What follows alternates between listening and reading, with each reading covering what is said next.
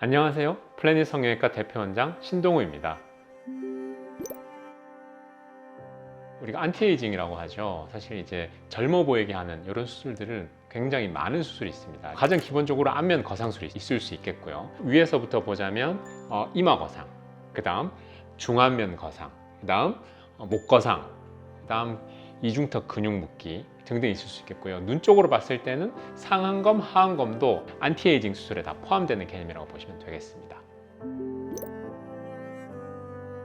근막 박리에 대한 안면 거상술이 연구가 된 지는 한참이 지났습니다. 그런데 이제 지금 최근 들어서 바뀐다기보다는 피부 절제만 하는 안면 거상술은 일단 간편하고 시간이 짧겠죠. 그런 장점이 있는 반면에 지속기간 면에서 굉장히 짧을 수 있겠고요. 근본적으로는 근막을 당겨주지 않으면 피부만으로 힘을 줬을 때 그쪽에 흉터 부분이 커진다거나 귀 모양이 늘어난다거나 그런 문제가 있을 수 있기 때문에 그것보다는 이제 근막으로 단단한 힘을 가해주고 그 다음 이제 피부는 늘어난 만큼만 절제하는 수술이 가장 효과 면에서도 좋을 거고 그 다음 지속기간 면에서도 유리하다고 보시면 되겠습니다.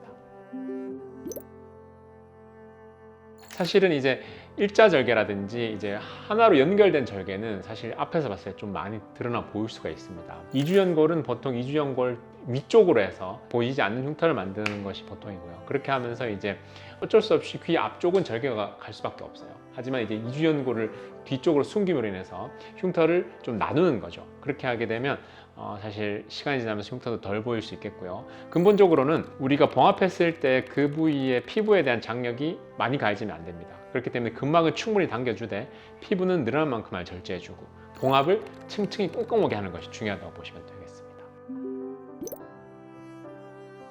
안면 거상술은 굉장히 많은 발전을 거쳐왔죠. 근본적으로는 이제 근막을 어떻게 당겨주느냐, 여기에 일단 가장 핵심이 있을 수 있겠죠. 그렇게 하면서 근막 박리의 범위를 따질 수가 있겠는데, 그렇게 하면서 근막 아래쪽에 유진대들을 충분히 잘 끊어줘야 하고요. 그 다음 박리 범위를 잡는 건데, 사실 우리가 안면 거상을 할 때 중요하게 보는 포인트가 팔자 부분과 입가 라인 그리고 턱 라인 등등이 될 수가 있겠는데, 이런 포인트들까지 충분히 박리가 되어줘야 합니다. 그래서 충분히 유진대를 잘 끊어주면서도 정확한 층으로 가면서 운동신경을 건드리지 않도록 해서 팔자 위쪽, 입가 라인까지 충분한 박리가 먼저 돼줘야 하겠고요. 그 다음에 이제 거상을 하는 근막의 방향도 굉장히 중요합니다. 각도죠. 어떻게 당기느냐에 따라서 넓어 보이는 얼굴이 될 수도 있고 최소화하면서 얄쌍한 모양을 만들 수 있기 때문에 그런 근막을 당기는 방향 그리고 절제량도 중요하겠고요. 그 다음으로는 이제 피부는 근막 방향과 조금 다르게 당겨질 필요성도 있어요. 근막을 당기는 방향은 팔자와 입가에 대해서 90도라면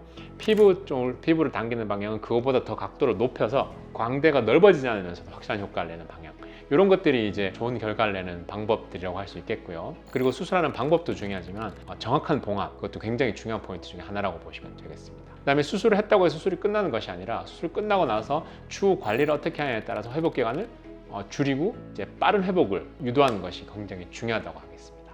모든 성형 수술이 그렇겠지만 사실 안면 거상도 계속 발전을 하고 어떻게 하는 것이 더 좋을지에 대한 고민을 하다 보니 이 수술 방법은 계속 발전되어 오거든요. 근막의 박리 범위 그리고 근막을 당기는 방향, 이런 부분들이 굉장히 중요하겠고요. 그 다음에 이제 근막과 피부를 얼마만큼 박리를 해서 방향을 어떻게 각각 잡아주느냐, 그리고 봉합을 어떻게 꼼꼼하느냐, 이렇게 하는 것들이 수술의 결과를 내는 중요한 포인트라고 하겠습니다.